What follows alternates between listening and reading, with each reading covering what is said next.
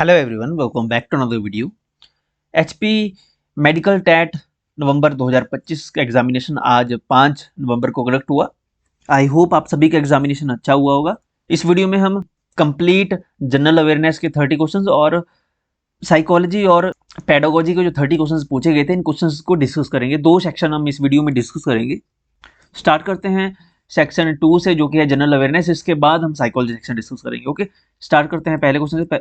31st question है, what is called liquid gold. Liquid gold यानी तरल सोना किसे कहा जाता है? लिक्विड गोल्ड पेट्रोलियम को कहा जाता है। ऑप्शन ए करेक्ट होगा। लिक्विड गोल्ड उस सब्सटेंस को डिस्क्राइब करने के लिए जाता है जो कि एक्सट्रीमली वैल्यूएबल होता है, रेयर होता है और बेनिफिशियल होता है। तो पेट्रोलियम वैल्यूएबल भी है, रेयर भी है और बेनिफिशियल भी है। ओके, ऑप्शन ए करेक्ट होगा। पेट्रोलियम को तरल सोना कहा जाता है। ये 8th एनसीईआरटी साइंस से क्वेश्चन लिया गया है। 8th एनसीईआरटी से, इसलिए हम कहते हैं कि एनसीईआरटी इंपॉर्टेंट बुक्स रहती हैं। ओके, ऑप्शन ए करेक्ट होगा। अगला क्वेश्चन है, भारत में टेलीफोन सेवा कब शुरू हुई? When did telephone service start in India? Telephone service Bharat में 1882 में शुरू हुई थी। ओके, ऑप्शन बी करेक्ट होगा। 1882, 1882 में सबसे पहले कलकत्ता, बॉम्बे और मद्रास में ये शुरू हुई थी टेलीफोन सेवा। थर्ड क्वेश्चन है, भारतीय महिला क्रिकेट टीम में जगह बनाने वाली असम की पहली खिलाड़ी कौन है? Who is the first player from Assam to make it to the Indian women's cricket team? Cricket women's Indian cricket team ने अभी हाल ही में ICC women ICC world cup भी जीता है। आपको पता होगा, अभी 2-3 दिन पहले ही आईसीसी वर्ल्ड कप जीता है भारतीय महिलाओं ने, क्रिकेट महिलाओं ने। जो असम से कौन महिला खिलाड़ी है जो भारत में खेल रही है इंडियन क्रिकेट में? यह है Uma Chhetri. Uma Chhetri, option A correct होगा। ये आसाम से है। Uma Chhetri from Assam has become the first women from north east to be selected for Indian women's cricket squad. ये आईसीसी विमेन वर्ल्ड कप 2025 में इन्होंने हिस्सा लिया। ये 23 वर्ष की है। ये विकेट कीपर बैट्समैन है। ओके, नेक्स्ट क्वेश्चन है, भारत की पहली पुलिस ड्रोन यूनिट कहां पर स्थापित की गई है? Where has India's first police drone unit been established? India's first police drone unit launched in Chennai. Option C correct होगा। चेन्नई में लॉन्च हुई है first police drone unit. Chennai कहाँ है? तमिलनाडु में। इस यूनिट को एस्टेब्लिश करने में 3.6 करोड़ का खर्च हुआ है। अगला क्वेश्चन है, where is the Indian institute of information technology triple IT located? Triple IT, देखिए ये जितने भी हिमाचल प्रदेश में आईआईटी है, एनआईटी है, ट्रिपल आईटी है, फैशन टेक्नोलॉजी का इंस्टीट्यूट है, हाइड्रो इंजीनियरिंग कॉलेज है, जितने भी इंपॉर्टेंट इंस्टीट्यूशन है वो हमने एक शॉर्ट वीडियो में, जिसको आप रील कहेंगे, हमारे इंस्टाग्राम पे भी है और यूट्यूब पे भी है, ये सारे हमने कवर किए हुए हैं। तो ये ट्रिपल आईटी भी हमने उसी में कवर किया हुआ है। Triple IT Indian institute of information technology, ये ऊना में है। ओके, ऑप्शन बी करेक्ट होगा। ऊना में है ट्रिपल आईटी। आईआईटी की अगर बात करें, Indian institute of technology, IIT है हिमाचल प्रदेश में, मंडी में। ओके, अगर ट्रिपल आईटी की बात करें तो ट्रिपल आईटी ऊना में है। उसी प्रकार से सिरमौर में आईआईएम है, IIM. Okay, Indian institute of management. तो ऑप्शन बी करेक्ट होगा इसमें, ऊना में है ट्रिपल आईटी। अगला क्वेश्चन है, Indian institute of advance study located in Himachal Pradesh, where? IIT पिछले क्वेश्चन में था ट्रिपल आईटी, अब है Indian institute of advance study. अब कई बार डिस्कस किया हुआ है। Indian institute of advance study जो पहले राष्ट्रपति निवास हुआ करता था, राष्ट्रपति निवास था, राष्ट्रपति सॉरी भवन था, यह पहले राष्ट्रपति निवास हुआ करता था। बाद में इसका नाम चेंज करके Indian institute of advance study में इसको पूरा चेंज किया गया। ओके, ये शिमला में है। ऑप्शन सी करेक्ट होगा। ये एक रिसर्च इंस्टीट्यूट है, मिनिस्ट्री ऑफ एजुकेशन के अंतर्गत ये आता है और ये एस्टेब्लिश हुआ था, यानी कि इसको राष्ट्रपति निवास को Indian institute of advance study में बदला गया था 1964-65 में, और 1965 से इसने अपना कार्य करना शुरू कर दिया था। शिमला की ऑब्जर्वेटरी हिल पे है ये। ओके, काफ़ी अच्छा प्लेस है विजिट करने के लिए, यहाँ पे आप जा सकते हैं अगर आप शिमला गए हैं। 40-50 रुपए का यहाँ पे टिकट है और काफ़ी हिस्टोरिक बिल्डिंग है। नेक्स्ट क्वेश्चन है, धामी रियासत का प्रसिद्ध गोलीकांड कब हुआ? When did the famous firing incident of Dhami state take place? Dhami गोलीकांड हुआ था 1939 में, 1939 में। ऑप्शन बी करेक्ट होगा। इसमें भागमल सोहटा को गिरफ्तार किया गया था। अगला क्वेश्चन है, बाठना किस जिले का लोक नाटक है? Banthra, Banthra is the folk drama of which state? Banthra folk drama ये डिस्ट्रिक्ट मंडी का है। ऑप्शन बी करेक्ट होगा। देखिए फोक ड्रामास भी हिमाचल प्रदेश में काफ़ी है, जैसे बाटना पूछा था, बाटना मंडी का है। इसके अलावा करियाला है, करियाला फोक ड्रामा जो है ये शिमला का है, करियाला शिमला का है। इसके अलावा धाजा, धाजा फेमस है बिलासपुर में, धाजा बिलासपुर में प्रसिद्ध है। धाजा और स्वांग, ओके, धाजा और स्वांग बिलासपुर डिस्ट्रिक्ट में प्रसिद्ध है। ये फोक नाटक है, लोक नाटक है। करियाला शिमला का है, बठाना मंडी का है। इसके अलावा एक भगतू है, यहाँ पे लिख लेता हूं मैं, भगतू कांगड़ा का है, Kangra.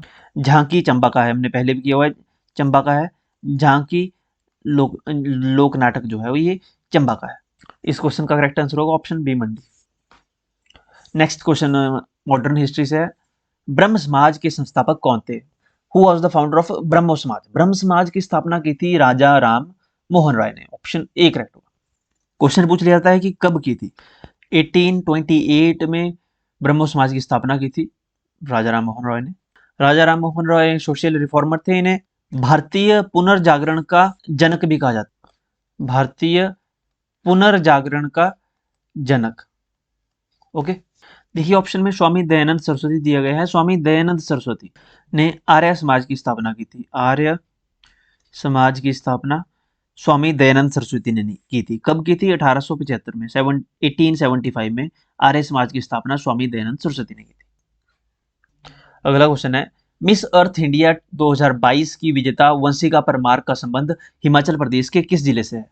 Miss Earth India 2022 winner Vanshika Parmar belongs to which district of Himachal Pradesh? Vanshika Parmar ये नदौन से है, यानी कि हमीरपुर डिस्ट्रिक्ट से। ऑप्शन बी करेक्ट होगा। ओके, ऑप्शन बी करेक्ट होगा, हमीरपुर। अगला क्वेश्चन है, हिमाचल प्रदेश सरकार ने 2024 में मादक पदार्थों की तस्करी से निपटने के लिए कौन सी पहल शुरू की? Which initiative was launched in 2024 by Himachal Pradesh government to tackle drug trafficking? तो ये लास्ट ईयर अक्टूबर मंथ में 6 अक्टूबर 2024 को ये इनिशिएटिव लॉन्च किया गया था। 6 अक्टूबर 2024 को इस इनिशिएटिव का नाम था इलीगल ट्रैफिकिंग, यानी कि जो ड्रग ट्रैफिकिंग है उसको टैकल करने के लिए संकल्प इनिशिएटिव। ओके, 2024 में ये लॉन्च किया गया था लास्ट ईयर, संकल्प इसका नाम था। ऑप्शन बी करेक्ट होगा। धौलासिद्धा जल विद्युत परियोजना कहाँ स्थित है? Dhaulasidh hydro electric project is situated at, Dhaulasidh hydro electric project ये हमीरपुर डिस्ट्रिक्ट में है। ऑप्शन डी करेक्ट होगा, हमीरपुर डिस्ट्रिक्ट। और ये ब्यास रिवर पर बनाया जा रहा है, ब्यास रिवर पर। इसकी कैपेसिटी अराउंड 66 मेगावाट की है, 66 मेगावाट की इसकी कैपेसिटी है। Next again hydro electric project से क्वेश्चन है, शानन जल विद्युत परियोजना हिमाचल प्रदेश में कहाँ स्थित है? हिमाचल प्रदेश की सबसे पुरानी जल विद्युत परियोजना Shanan hydro electric project located in Himachal Pradesh. कहाँ पे? डिस्ट्रिक्ट मंडी के जोगिंद्र नगर में। ऑप्शन ए करेक्ट होगा, जोगिंद्र नगर में है शानन हाइड्रो इलेक्ट्रिक प्रोजेक्ट। देखो शानन की अगर बात करें, शानन हाइड्रो इलेक्ट्रिक प्रोजेक्ट की, तो ये 110 मेगावाट का है, 110 मेगावाट की इसकी कैपेसिटी है। इस प्रोजेक्ट को कमीशन किया गया था 1932 में, 1932 में इस प्रोजेक्ट को कमीशन किया गया था। अगला क्वेश्चन है, महासू की जातर मेला किस क्षेत्र में आयोजित किया जाता है? In which area is Mahasu की जातर फेयर ऑर्गेनाइज्ड? महासू की जातर फेयर ऑर्गेनाइज किया जाता है महासू विलेज में, जो कि कोटखाई के नज़दीक है, यानी कोटखाई में ही इसे इस मेले को, इस फेयर को सेलिब्रेट किया जाता है। ऑप्शन बी करेक्ट होगा, कोटखाई। अगला क्वेश्चन है, एशिया कप 2025 के फाइनल में प्लेयर ऑफ द मैच कौन बना? Who was the player of the match in Asia cup 2025 final? Asia world cup sorry Asia cup, जो कि एशिया कप हुआ भारत और पाकिस्तान के बीच में, इंडिया और पाकिस्तान के बीच में एशिया कप फाइनल हुआ, जिसमें भारत ने पाकिस्तान को हराया और भारत ने एशिया कप जीता। प्लेयर ऑफ द मैच चुने गए थे Tilak Varma. Option B correct होगा, Tilak Varma player of the match. And यहाँ पे अभिषेक शर्मा दिया है, Abhishek Sharma player of the tournament, player of the tournament. सबसे सर्वश्रेष्ठ प्रदर्शन रहा अभिषेक शर्मा का, तो इन्हें प्लेयर ऑफ द टूर्नामेंट चुना गया, और तिलक वर्मा को प्लेयर ऑफ द मैच चुना गया था। ओके, तो क्वेश्चन में प्लेयर ऑफ द मैच पूछा गया है, ऑप्शन बी करेक्ट हो जाएगा, तिलक वर्मा। नेक्स्ट क्वेश्चन है 2025 खो खो विश्व कप किस शहर में आयोजित किया गया था? The 2025 kho kho world cup was held in which city? 2025 का खो खो वर्ल्ड कप, ये फर्स्ट एडिशन था खो खो वर्ल्ड कप का, ये इंदिरा गांधी अरीना में यानी न्यू दिल्ली में ये आयोजित किया गया। ऑप्शन डी करेक्ट होगा इसमें।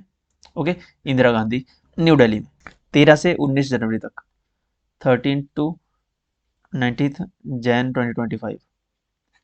इस टूर्नामेंट में भारत मेंस और विमेन दोनों में, मैन एंड विमेन दोनों में भारत चैंपियन रहा और रनर अप नेपाल रहा।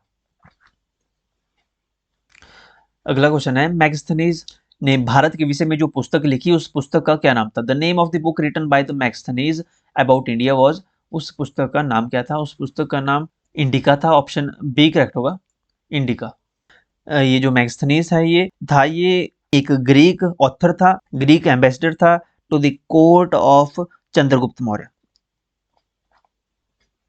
अगला क्वेश्चन है who laid the foundation of dual rule in Bengal? Bharat में बंगाल में द्वैध शासन की नींव किसने रखी? द्वैध शासन की नींव बंगाल में, dual government system in Bengal, Robert Clive ने। रॉबर्ट क्लाइव जो कि गवर्नर थे बंगाल के, ऑप्शन सी करेक्ट होगा, ये गवर्नर थे बंगाल के। Okay, governor of Bengal Robert Clive, इन्होंने इंट्रोड्यूस किया था dual government system in Bengal in 1765 में, after the battle of Buxar and the treaty of Allahabad. Next question है which European traders first come to India? Bharat में सर्वप्रथम कौन यूरोपीय व्यापारी आए? पोर्तुगीज सबसे पहले जो यूरोपियन थे जो भारत आए थे, ऑप्शन ए करेक्ट होगा, पोर्तुगीज।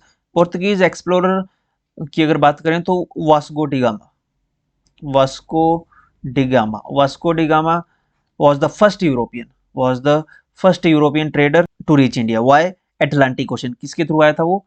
अटलांटिक ओशियन के थ्रू। कहाँ आया था? एट कालीकट में। ओके, अगला क्वेश्चन है संसार का सबसे बड़ा मरुस्थल सहारा किस महाद्वीप में स्थित है? In which continent is the world's largest desert Sahara located? Sahara, ये जो सहारा डेजर्ट है ये अफ्रीकन कॉन्टिनेंट में आता है। ओके, ऑप्शन बी करेक्ट होगा, अफ्रीका। अफ्रीका में भी अगर बात करें तो अफ्रीका के नॉर्दर्न एरिया में, नॉर्दर्न अफ्रीका में ये अल्जीरिया, चाड कंट्री है, चाड, इजिप्ट है, लीबिया है, माली है, इनका नाम आपने सुना होगा, मोरक्को हो गया।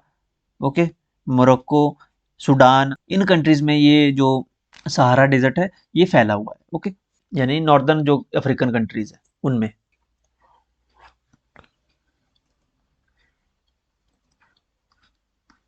देखिए ये क्वेश्चन मैं आपसे मैंने पूछा था अपनी प्रीवियस वीडियो के लास्ट क्वेश्चन में, जो मैं आपसे पूछता था वहां पे मैंने ये क्वेश्चन आपसे पूछा था और काफी लोगों ने इसका रिप्लाई भी किया था।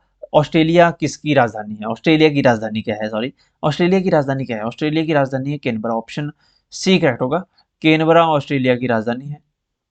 ऑप्शन सी करेक्ट होगा यहाँ पे, कैनबरा। अगला क्वेश्चन है वर्तमान में फ्रांस के राष्ट्रपति कौन है? Who is at present the president of France?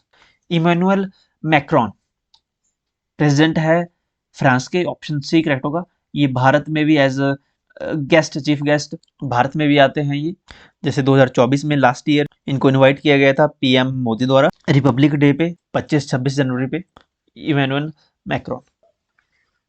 Next question है दादा साहब फाल्के पुरस्कार 2025 किसे मिला? Who got the Dada Saheb Phalke award 2025?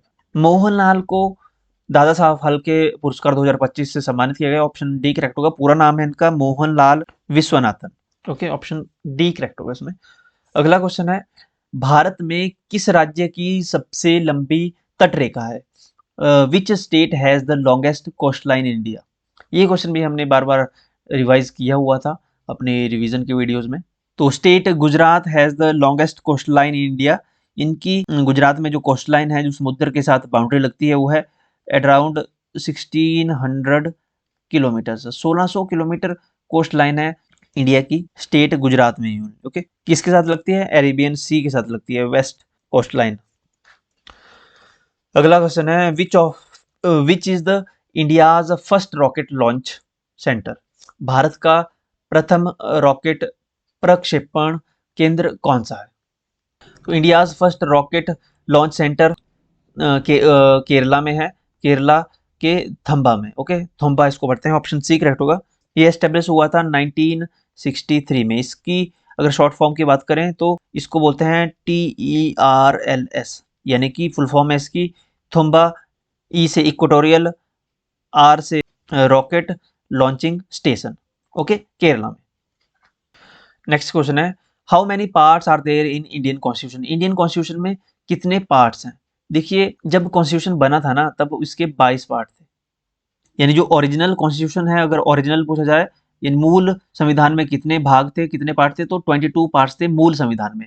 अब यहाँ पे पूछा है कितने पार्ट हैं, यानी एट प्रेजेंट की यहाँ पे बात हो रही है। तो एट प्रेजेंट 25 पार्ट्स है, 25 पार्ट अब हो चुके हैं संशोधन के थ्रू, ओके। जैसे पार्ट 1 है, पार्ट 2 है, पार्ट 3 है। जैसे पार्ट 3 है, इसमें फंडामेंटल राइट्स है, ओके। पार्ट 4 में डीपीएसपी आ गया आपका, डीपीएसपी। फिर पार्ट पार्ट 4A में आपका फंडामेंटल ड्यूटीज आ गई। इसी प्रकार से टोटल 25 पार्ट्स हैं इंडियन कॉन्स्टिट्यूशन में, ओके। ऑप्शन डी करेक्ट होगा। ओरिजिनल कॉन्स्टिट्यूशन कब अडॉप्ट किया गया था? ओरिजिनल कॉन्स्टिट्यूशन अडॉप्ट किया गया था 1950 में। अगला क्वेश्चन है लोकसभा का कार्यकाल कितने वर्ष के लिए बढ़ाया जा सकता है? For how much period can the tenure of Lok Sabha be extended? देखिए, मैक्सिमम 1 साल के लिए बढ़ाया जा सकता है, ऑप्शन सी करेक्ट होगा, वो भी नेशनल इमरजेंसी के दौरान। और जैसे ही नेशनल इमरजेंसी खत्म होती है उसके 6 महीने तक ही टेन्योर को आगे बढ़ाया जा सकता है, यानी जो पीरियड है टेन्योर है उसको आगे बढ़ाया जा सकता है। 6 महीने के ज़्यादा उसको नहीं आगे खींचा जाएगा। लोकसभा के टेन्योर की यहाँ पे बात हो रही है, तो इसका ऑप्शन सी करेक्ट होगा, एक बार में 1 वर्ष।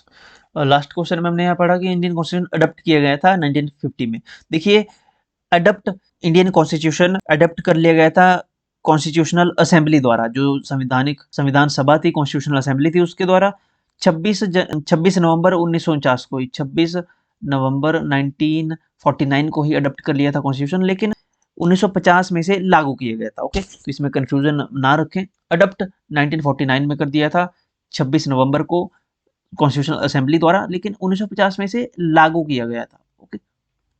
इसमें इसको क्लियर करें। नेक्स्ट क्वेश्चन है भारत का सबसे छोटा दिन निम्नलिखित में से किस तारीख को होने की संभावना है? On which of the following date is India likely to be experience the shortest day? देखिए, इंडिया आता है नॉर्दर्न हेमिस्फीयर में, तो इंडियन लोकेशन के अगर अनुसार देखें तो भारत में सबसे शॉर्टेस्ट डे जो होगा, सबसे छोटा दिन, वो दिसंबर मंथ में होगा, यानी वो 22-23 दिसंबर के बीच में आएगा, यानी कि ऑप्शन सी इसमें करेक्ट होगा, दिसंबर मंथ में आएगा, 21 से 23 के बीच में, ओके, यानी 22 दिसंबर इसमें करेक्ट होगा, ऑप्शन सी करेक्ट होगा इसमें, 22 दिसंबर। अगला क्वेश्चन है when is world population day celebrated? विश्व जनसंख्या दिवस कब मनाया जाती है? वर्ल्ड पॉपुलेशन डे 11 जुलाई को सेलिब्रेट किया जाता है, ऑप्शन ए करेक्ट होगा, 11 जुलाई। फर्स्ट वर्ल्ड पॉपुलेशन डे कब सेलिब्रेट किया गया था? तो यूनाइटेड नेशन द्वारा, यूएन द्वारा first world population day celebrate किया गया था 11 जुलाई 1990 को, 1990 को। 2025 की थीम क्या है? 2025 की अगर थीम की बात करें वर्ल्ड पॉपुलेशन डे की, तो इसकी थीम है empowering young people to create the families they want in a fair and hopeful world. ये आपको याद करनी पड़ेगी, ओके। ऑप्शन ए इसमें करेक्ट होगा क्वेश्चन का। लास्ट क्वेश्चन है जीके का, मिसाइल प्रौद्योगिकी नियंत्रण व्यवस्था MTCR भारत में कब शामिल हुआ? Missile technology control regime, MTCR में भारत शामिल हुआ था 2016 में, जून मंथ था और तारीख थी 27 जून 2016 को MTCR में, यानी कि मिसाइल टेक्नोलॉजी कंट्रोल रेजीम में भारत शामिल हुआ था। भारत बना था 35वीं कंट्री, ओके, 35वां देश बन गया था भारत इस रेजीम में शामिल होने वाला, इस व्यवस्था में शामिल होने वाला, ओके। ये तो थे 30 क्वेश्चंस जनरल अवेयरनेस के। अब हमारे पास जो फर्स्ट सेक्शन है साइकोलॉजी सेक्शन, इसके हम क्विकली 30 क्वेश्चन डिस्कस करेंगे। फर्स्ट क्वेश्चन है साइकोलॉजी का, विकास फिलिंग द ब्लैंक्स से फिलिंग द ब्लैंक्स की ओर बढ़ता है। Development proceeds from general to specific, general to specific. Okay, option A correct.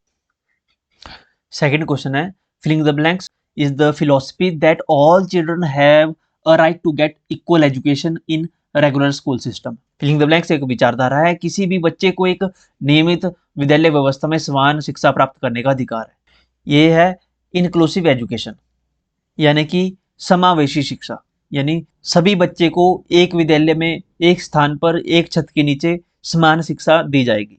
किसी के साथ किसी जाति, कोई फिजिकली हैंडीकैप्ड है या कोई बहुत इंटेलिजेंट है या कोई कम इंटेलिजेंट है, किसी के साथ किसी भी प्रकार का भेदभाव नहीं किया जाएगा। समावेशी शिक्षा में यह कहा गया है। ओके, इसलिए इंक्लूसिव एजुकेशन करेक्ट आंसर होगा इसका। ये एक फिलॉसफी है, ऑप्शन डी करेक्ट है। नेक्स्ट क्वेश्चन है, मनोविज्ञान की सबसे प्राचीन अध्ययन विधि कौन सी है? The oldest method of study psychology is introspection method. अंतर्निरीक्षण विधि, इंट्रोस्पेक्शन मेथड ओल्डेस्ट मेथड है साइकोलॉजी का, ऑप्शन ए करेक्ट होगा। बहुत इजी और बेसिक क्वेश्चन इस बार एग्जामिनेशन में पूछे गए थे, कंपेयर करें अगर प्रीवियस स्टेट से। अगला क्वेश्चन है, who started the scientific study of creativity. सृजनात्मकता का वैज्ञानिक अध्ययन किसने शुरू किया? Modern scientific study of creativity, scientific study of creativity started JP Gilford. यहाँ पे गिलफर्ड लिखा गया, इनका पूरा नाम था। जेपी गिलफर्ड द्वारा स्टार्ट की गई थी साइंटिफिक स्टडी क्रिएटिविटी की। कब की थी उन्होंने शुरू? ये 1950 में, 1950 में। ऑप्शन में थॉर्नडाइक दिया है। थॉर्नडाइक ने थ्योरी है दी है ट्रायल एंड एरर की, ट्रायल एंड एरर की। Which type of memory refers to the continuing storage of information. कौन सी स्मृति सूचना का निरंतर भंडारण या संचयन करती है? नाम से ही पता लग रहा है, लॉन्ग टर्म मेमोरी। दीर्घकालीन स्मृति, यानी जो स्मृति, जो मेमोरी लॉन्ग टर्म में आपके माइंड में रहती है उसे ही लॉन्ग टर्म मेमोरी कहा जाता है। ओके, जो कि स्टोरेज रखती है आपकी मेमोरी का लंबे समय तक। नेक्स्ट क्वेश्चन है, रोरार्स स्याही धब्बा परीक्षण में 10 में से कितने कार्ड बहुरंगी होते हैं? In Rorschach's ink blot test how many cards are in multi colour out of 10? 10 में से 3 होते हैं multi colour. Okay, 3 multi colour cards होते हैं। टोटल 10 होते हैं जिसमें से 3 मल्टी कलर होते हैं, 5 ब्लैक एंड ग्रे होते हैं, 2 black and grey and red, 5 होते हैं ब्लैक एंड ग्रे, 2 होते हैं ब्लैक ग्रे एंड रेड और 3 होते हैं मल्टी कलर। ओके, ये इंक ब्लॉट टेस्ट क्रिएट किया गया था 1921 में। स्विस साइकोलॉजिस्ट हरमन, इनका नाम था Hermann, Hermann Rorschach. Okay, option B correct होगा इसमें 3। क्वेश्चन नंबर 7 है, which self concept is known as mirror image. कौन सा आत्म संप्रत्य दर्पण आकृति कहलाती है? Social self concept is known as mirror image, option A correct होगा। नेक्स्ट क्वेश्चन है question number 8, autonomy versus shame and doubt is the stage between. ये क्वेश्चन एरिक एरिक्सन की थ्योरी से है, एरिक एरिक्सन की थ्योरी से, जिसने stages बताई हैं साइको सोशल डेवलपमेंट की। टोटल 8 स्टेजेस बताई हैं। First stage trust versus mistrust, second stage है ऑटोनॉमी वर्सेस सेम, जो कि स्टार्ट होती है 18 मंथ से 3 साल तक के बीच में, यानी 2 से 3 रख लें आप, 2 to 3 years, option C correct होगा। यूजुअली ये 18 मंथ से स्टार्ट हो जाती है, अप्रॉक्स 18 मंथ से 3 ईयर्स तक रहती है autonomy versus shame and doubt. Third stage 3rd year से 5 ईयर तक रहती है, जिसका नाम है इनिशिएटिव वर्सेस गिल्ट। फिर इंडस्ट्री वर्सेस इन्फेरियरिटी है, आइडेंटिटी वर्सेस कंफ्यूजन रहती है जब टीनेज शुरू होती है 12 से 18 के बीच में, आइडेंटिटी वर्सेस कंफ्यूजन। फिर 18 से 40 तक इंटीमेसी वर्सेस आइसोलेशन का पीरियड आता है। फिर 40 से 65 तक जनरेटिविटी वर्सेस स्टैग्नेशन, और लास्ट में इंटीग्रिटी वर्सेस डिसअपेयर रहती है 65 टू अबव। ओके, तो यहाँ पे सेकंड स्टेज के बारे में बात की जा रही है, तो इसमें ऑप्शन सी करेक्ट होगा कि 3 साल तक के बच्चे तक की ये स्टेज रहती है autonomy versus shame. Okay, next question है क्वेश्चन नंबर 9, फ्राइड के अनुसार इदम फिलिंग द ब्लैंक्स सिद्धांत पर आधारित है। According to Freud it is based on filling the blanks principle. Id जो है वो प्लेजर प्रिंसिपल पे प्लेजर प्रिंसिपल पे बेस्ड है इड। ओके, देखिए सबसे पहले इड है, फिर ईगो है और फिर सुपर ईगो है। Super ego, okay. इड जो है प्लेजर प्रिंसिपल पे आधारित है। ईगो इड में और सुपर ईगो में बैलेंस बना के रखती है, यानी ये वर्क करता है एज अ पुलिसमैन। ओके, तो रियलिटी प्रिंसिपल पर ईगो काम करता है, इड प्लेजर प्रिंसिपल पे, और सुपर ईगो वर्क करता है मोरालिटी पे। Super ego based on morality, नैतिकता। ओके, नेक्स्ट क्वेश्चन है अधिगम व्यवहार में परिवर्तन को कहते हैं जो कि अपेक्षाकृत फिलिंग द ब्लैंक्स परिवर्तन है। Learning is a modification of behaviour which is relatively, ये क्वेश्चन ऐसे भी पूछा जाता है कि learning is a modification of behaviour which is relatively, या सेकंड है learning is filling the blanks change in behaviour. तो permanent change in behaviour, learning is a permanent change in behaviour, option B correct होगा। इसमें स्थायी change होता है, permanent. Question number 11 है the scheme of grasping object is called, वस्तु ग्रहण करने की पत्ती को कहते हैं। The scheme of grasping object is called, the scheme of grasping object is called assimilation. Option C correct होगा, एसिमिलेशन। कोई भी लर्निंग है उसको सीखने के लिए, उसको ग्रहण करने की जो पद्धति है उसे एसिमिलेशन कहते हैं। अगला क्वेश्चन है the classical conditioning theory, in classical conditioning theory जो कि पावलोव ने दी थी, इसमें फूड क्या था? Food is a natural stimulus. Okay, food natural stimulus था। फिर फूड को रिप्लेस किया बेल के साथ। ठीक है, पहले भोजन दिया जाता था तो कुत्ते के मुंह में लार आती थी, फिर बेल और भोजन इकट्ठा देने लगे, फिर ये प्रोसेस काफी देर तक चली। फिर एक टाइम ऐसा है कि बेल ही बजाने पर कुत्ते के मुंह में लार सलाइवा आने लगा। तो बेल जो है ये आर्टिफिशियल स्टिमुलस था। ओके, और जो फूड था वो नेचुरल स्टिमुलस था। ओके, तो नेचुरल स्टिमुलस यहाँ पे पूछा है, फूड क्या है? तो फूड नेचुरल स्टिमुलस है। ओके, ऑप्शन डी करेक्ट हो, या इसको अनकंडीशनड स्टिमुलस भी कहा जाता है। ओके, नेक्स्ट क्वेश्चन है diagnosis is learning teaching to know the difficulties, या none of this, none of the above. Diagnosis निदान कहते हैं। Diagnosis is the process of identify the nature and the cause of something. Diagnosis process है कारण का पता लगाने की। To know the difficulties, option C correct होगा, कठिनाई को पता लगाने की जो प्रोसेस है उसे निदान कहते हैं, यानी डायग्नोसिस। नेक्स्ट क्वेश्चन है which is the best option to change the cramming habit among the student. रट्टा मारने की आदत को खत्म करने का सर्वोत्तम उपाय क्या है? पाठ्य सहगामी क्रियाओं को बढ़ावा देना, इंक्रीजिंग को करिकुलर एक्टिविटीज, ये भी सही है। चेंज इन टीचिंग मेथड सही है। प्रमोट क्रिएटिविटी बिल्कुल करेक्ट है। चेंज इन इवेल्युएशन मेथड, देखिए सारे ऑप्शन सही है वैसे तो, लेकिन बेस्ट यहाँ पे पूछा है कि बेस्ट ऑप्शन कौन सा है क्रैमिंग को खत्म करने का। रट्टा कब मारते हैं बच्चे? जब उनकी उस विषय में उनको नॉलेज नहीं होती प्रॉपर, और उनकी उसको सिर्फ याद करना होता है। ओके, उनको उससे कोई मतलब नहीं होता। ओके, यानी उनको उसमें ज्यादा रुचि नहीं होती। तो देखिए करिकुलर एक्टिविटीज अलग चीज है, क्रैमिंग का इससे कोई ज्यादा लेना देना नहीं है, तो इसको हम साइड में कर देते हैं। पहले चेंज द टीचिंग मेथड, ये भी महत्वपूर्ण है। टीचिंग मेथड बोरिंग होगा तो बच्चों को समझ नहीं आएगा, जिस कारण बच्चे बाद में याद करने के लिए रट्टा मारते हैं, क्रैमिंग करते हैं। या क्रिएटिविटी को प्रमोट करके बच्चे खुद से सीखेंगे तो क्रैमिंग की जरूरत नहीं होगी। इसमें मुझे ऑप्शन सी करेक्ट लग रहा है, क्योंकि क्रिएटिविटी को प्रमोट करके। ओके, वैसे इवेल्युएशन मेथड को चेंज करके भी क्रैमिंग को खत्म किया जा सकता है, जैसे ज़्यादा डीप क्वेश्चंस इवेल्युएशन में पूछ के जो रट्टा ना मार सके जिसके बारे में। ओके, तो ये डी भी करेक्ट है, लेकिन मुझे ऑप्शन सी ज़्यादा इसमें बेस्ट लग रहा है। यहाँ पे बेस्ट ऑप्शन पूछा है तो ऑप्शन सी के साथ मैं जाऊँगा। आपका क्या सुझाव है इस क्वेश्चन को लेके? आप कमेंट सेक्शन में जरूर लिखिएगा। नेक्स्ट क्वेश्चन है encoding is a process of memory. Okay, ये प्रीवियस ईयर क्वेश्चन है, पहले भी पूछा गया है, ऑप्शन बी करेक्ट होगा। नेक्स्ट क्वेश्चन है the school of behaviourism was originated by, व्यवहार का प्रतिपादन किसने किया? व्यवहारवाद, the school of behaviourism was originated by J B Watson, यानी जॉहन बी वॉटसन द्वारा प्रतिपादित किया गया था व्यवहारवाद। ओके, ऑप्शन ए करेक्ट होगा। इन्हें फादर ऑफ बिहेवियरिज्म भी कहा जाता है। Okay, father of behaviourism. Next question है who among the following is associated with gestalt theory of learning. Gestalt theory of learning, सीखने के गेस्टॉल्ट सिद्धांत से संबंधित है कोहलर, ऑप्शन डी करेक्ट होगा, कोहलर। कोहलर ने एक्सपेरिमेंट किया था चिंपैंजी पे।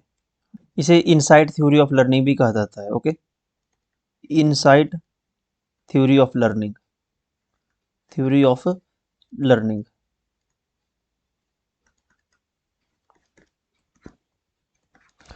पावलोव की है क्लासिकल कंडीशनिंग थ्योरी, जिसमें डॉग पे एक्सपेरिमेंट किया था और इन्हें नोबेल प्राइज भी मिला था 1904 में। स्किनर की है ऑपरेंट कंडीशनिंग थ्योरी। थॉर्नडाइक की है trial and error, trial and error. और कोहलर की है इनसाइट थ्योरी, यानी जिसे गेस्टॉल्ट थ्योरी भी कहा जाता है। अगला क्वेश्चन है, individual differences are the product of filling the blanks and environment. Individual differences, जो व्यक्तिगत भिन्नताएं होती है, वो प्रोडक्ट होता है environment and heredity and environment. Okay, heredity, अनुवांशिकता। ऑप्शन सी करेक्ट होगा। नेक्स्ट क्वेश्चन है, it takes a maturation period of filling the blanks month for a child to take his first step in walking. बच्चा अपना पहला कदम किस माह की आयु में चलना सीखता है? एवरेज 10 से 12 मंथ की आयु का बच्चा अपना फर्स्ट स्टेप शुरू करता है। ऑप्शन बी करेक्ट होगा। 10 से 12 महीने का बच्चा जो है अपनी की आयु में बच्चा चलना सीखता है। Option B. नेक्स्ट क्वेश्चन बिल्कुल इजी क्वेश्चन है। आईक्यू का फॉर्मूला पूछा है। IQ is calculated as mental age upon chronological age into 100। Option A correct होगा। M A upon C A into 100।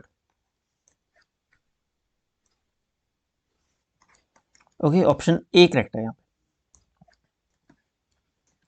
Next question है, most useful method used for studying truants. पाठशाला से भागने वाले बालक के अध्ययन की सर्वाधिक उपयोगी विधि है? Questionnaire method, experimental method, survey method या व्यक्तिगत अध्ययन, केस स्टडी मेथड यानी व्यक्तिगत अध्ययन विधि। तो उनका व्यक्तिगत अध्ययन करना आवश्यक है, केस स्टडी जरूरी होती है अगर कोई बच्चा भागता है। ऑप्शन डी करेक्ट होगा। अगला क्वेश्चन है question number 22। Development starts from, विकास आरंभ होता है। देखिए, चाइल्डहुड से विकास आरंभ नहीं होता, इन्फेंसी से भी नहीं होता, इससे पहले होता है प्रीनेटल स्टेज में, यानी प्रसव से पहले की अवस्था से ही, जब बच्चा माँ के गर्भ में होता है, माँ के पेट में होता है, उसी समय से बच्चे की डेवलपमेंट शुरू हो जाती है। ऑप्शन सी करेक्ट होगा, प्रीनेटल स्टेज। अगला क्वेश्चन है, the new pattern of school education in NEP 2020 is, national education policy 2020 में न्यू पैटर्न क्या है? इस पैटर्न का नाम है 5+3+3+4। ओके, ऑप्शन बी करेक्ट होगा। इसमें 3 इयर्स की जो प्री प्राइमरी होती है, आंगनबाड़ी जिसको बोलते हैं, वो भी उसमें आएगी। फंडामेंटल स्टेज 5 ईयर की, पहली 5 ईयर की स्टेज, इसमें 3 इयर्स प्री प्राइमरी में लगेंगे, आंगनबाड़ी प्री स्कूल में, और 2 ईयर प्राइमरी स्कूल में लगे, फर्स्ट और सेकंड। ये हो गए 5 साल। इस प्रकार से 3+3 और लास्ट में 4, 8th से 12, 9th से 12। ओके, सेकंड तक पहुंच गया 5 साल में, फिर थर्ड, फोर्थ, फिफ्थ क्लास तक पहुंच गया इस यहाँ तक, फिर 6th 7th 8th, 6th 7th 8th class 3 साल ये यहाँ लगेंगे, फिर 9th 10th 11th 12th 4 साल, 4 ईयर्स जो है 4 साल यहाँ लगेंगे। ओके, इस प्रकार से ब्रेक किया हुआ है 5 3 3 4। नेक्स्ट क्वेश्चन है, the test that measures what it intends to measure is called. एक परीक्षण जो मापन करता है, जिसका वह मापन करता है, वह कहलाता है? What it intends to measure is called valid, वैध। Retrieval is easy in which memory, किस स्मृति में सूचनाओं की पुनः प्राप्ति आसान होती है? देखिए, रिट्रीवल इजी होता है लॉन्ग टर्म मेमोरी में। ओके, शॉर्ट टर्म मेमोरी में रिट्रीवल इजी नहीं होता है। तो ऑप्शन सी करेक्ट होगा इसमें, long term memory. Okay, long term memory. Question number 26, classical conditioning theory किसने दी थी? हमने डिस्कस पहले ही कर लिया है, पावलोव ने। पियाजे की कौन सी थ्योरी है? पियाजे की थ्योरी है कॉग्निटिव डेवलपमेंट थ्योरी, पियाजे की। स्किनर की operant conditioning theory. Question number 27, a student studies hard to avoid failing a test, this is an example of. एक बच्चा परीक्षा में अनुत्तीर्ण होने से बचने के लिए कठिन परिश्रम कर रहा है, ये किसका उदाहरण है? ये नेगेटिव रिइंफोर्समेंट का उदाहरण है। ऑप्शन बी करेक्ट होगा यहाँ पे। वैसे जो इसका जो करेक्ट आंसर होना चाहिए वो के ऑप्शन में है ही नहीं। अवॉइडेंस ओरिएंटेड परफॉर्मेंस गोल्स पर आधारित होता है ऐसी सिचुएशन जहाँ पे बच्चा फेल होने से बचने के लिए या फिर लास्ट ग्रेड प्राप्त करने से बचने के लिए पढ़ाई करता है, तो ये अवॉइडेंस ओरिएंटेड परफॉर्मेंस गोल्स के अंतर्गत आता है। ये एक अचीवमेंट गोल थ्योरी है। नेक्स्ट क्वेश्चन है, लर्निंग डिजाइन इज एम्फेसाइज्ड इन, अधिगम डिजाइन पर अधिक बल दिया जाता है। एक्चुअली ये ट्रांसलेशन हिंदी में थोड़ी सी इसका मीनिंग चेंज हो गया क्वेश्चन का, लेकिन यहाँ क्वेश्चन इंग्लिश में पढ़ेंगे तो आपको समझ आसानी से आ जाएगा। Learning design is emphasised in constructivism behaviourism. इसमें समझना पड़ेगा जो की प्रिंसिपल्स होते हैं लर्निंग डिजाइन के, वो कौन कौन से होते हैं। जैसे कि लर्निंग डिजाइन लर्नर सेंटर्ड होता है, गोल ओरिएंटेड रहेगा, पेडागोजिकली इन्फॉर्म्ड रहेगा। कंस्ट्रक्टिविज्म ओके, निर्मितिवाद पर आधारित है। अधिगम design learning design is emphasised in constructivism okay, option A correct होगा यहाँ पे। नेक्स्ट क्वेश्चन है question number 29, who compared human mind with floating iceberg of ocean. समुद्र में तैरते हुए हिमखंड में मन की तुलना किसने की थी? तो ये की थी सिगमंड फ्राइड ने, जिसमें उन्होंने इड, ईगो, सुपर ईगो की बात की थी ओके। जिसमें यहाँ पे बताया गया था कि जो जैसे आइसबर्ग बताया था कि यहाँ ये समुद्र है, अगर सी लेवल है तो सी आइसबर्ग है जो थोड़ा सा है पानी के बाहर है, लेकिन पानी के अंदर ये बहुत बड़ा था ओके। इस प्रकार से उन्होंने दर्शाया था, जिसमें उन्होंने बताया था कॉन्शियसनेस, प्री कॉन्शियसनेस और अनकॉन्शियसनेस की स्टेजेस ओके। कि जो पानी के बाहर है एक कॉन्शियस माइंड है, इसके अंदर जो है प्री कॉन्शियस माइंड है, और एक पार्ट जो है माइंड का वो अनकॉन्शियस रहता है ओके। ये इसके बारे में बताया था सिगमंड फ्राइड ने। चलिए लास्ट क्वेश्चन है, who made 16 personality factor questionnaire. 16 व्यक्तित्व कारक प्रश्नावली किसने बनाई? तो 16 पर्सनैलिटी फैक्टर क्वेश्चनियर बनाई थी कैटल ने, ऑप्शन डी करेक्ट होगा, कैटल। पूरा नाम है R B Cattell, Raymond B Cattell. इसको शॉर्टकट में 16 PF क्वेश्चनियर भी कहा जाता है, यानी 16 पर्सनैलिटी फैक्टर क्वेश्चनियर ओके। तो ये 30 क्वेश्चन साइकोलॉजी के थे, और इससे पहले हमने 30 क्वेश्चन जनरल अवेयरनेस जीके के किए। आई होप आप सभी का एग्जामिनेशन अच्छा हुआ होगा। जिनका जेबीटी का टैट है, मेडिकल नॉन मेडिकल का टैट है, या फिर स्पेशल एजुकेटर का टैट है, वो भी उनके लिए भी क्वेश्चन महत्वपूर्ण रहेंगे। कमेंट सेक्शन में अपना स्कोर जरूर लिखिएगा, और किसी क्वेश्चन में डाउट लगता है तब भी कमेंट में अपने सुझाव जरूर लिखिएगा। PDF आपको टेलीग्राम पे मिल जाएगी ओके। आप हमें हमारे टेलीग्राम, व्हाट्सएप और इंस्टाग्राम पे फॉलो कर सकते हैं। इन सभी के लिंक आपको पहली कमेंट में, फर्स्ट कमेंट में मिल जाएंगे, या फिर वीडियो की अगर डिस्क्रिप्शन में जाएंगे आप, वहाँ भी इनके लिंक मिल जाएंगे, तो फॉलो कर लीजिएगा। PDF आपको टेलीग्राम पे मिल जाएगी। उम्मीद मैं कर रहा हूँ कि आपने चैनल ऑलरेडी सब्सक्राइब कर लिया है, अगर नहीं किया है तो कर लें। शेयर वीडियो को आप कर लें अपने दोस्तों के साथ। कमेंट सेक्शन में कमेंट आप लिख लेंगे, लाइक जरूर करें वीडियो को ओके, जिससे एल्गोरिदम को पता लगता है कि वीडियो अच्छी है या बुरी है ओके। Thank you.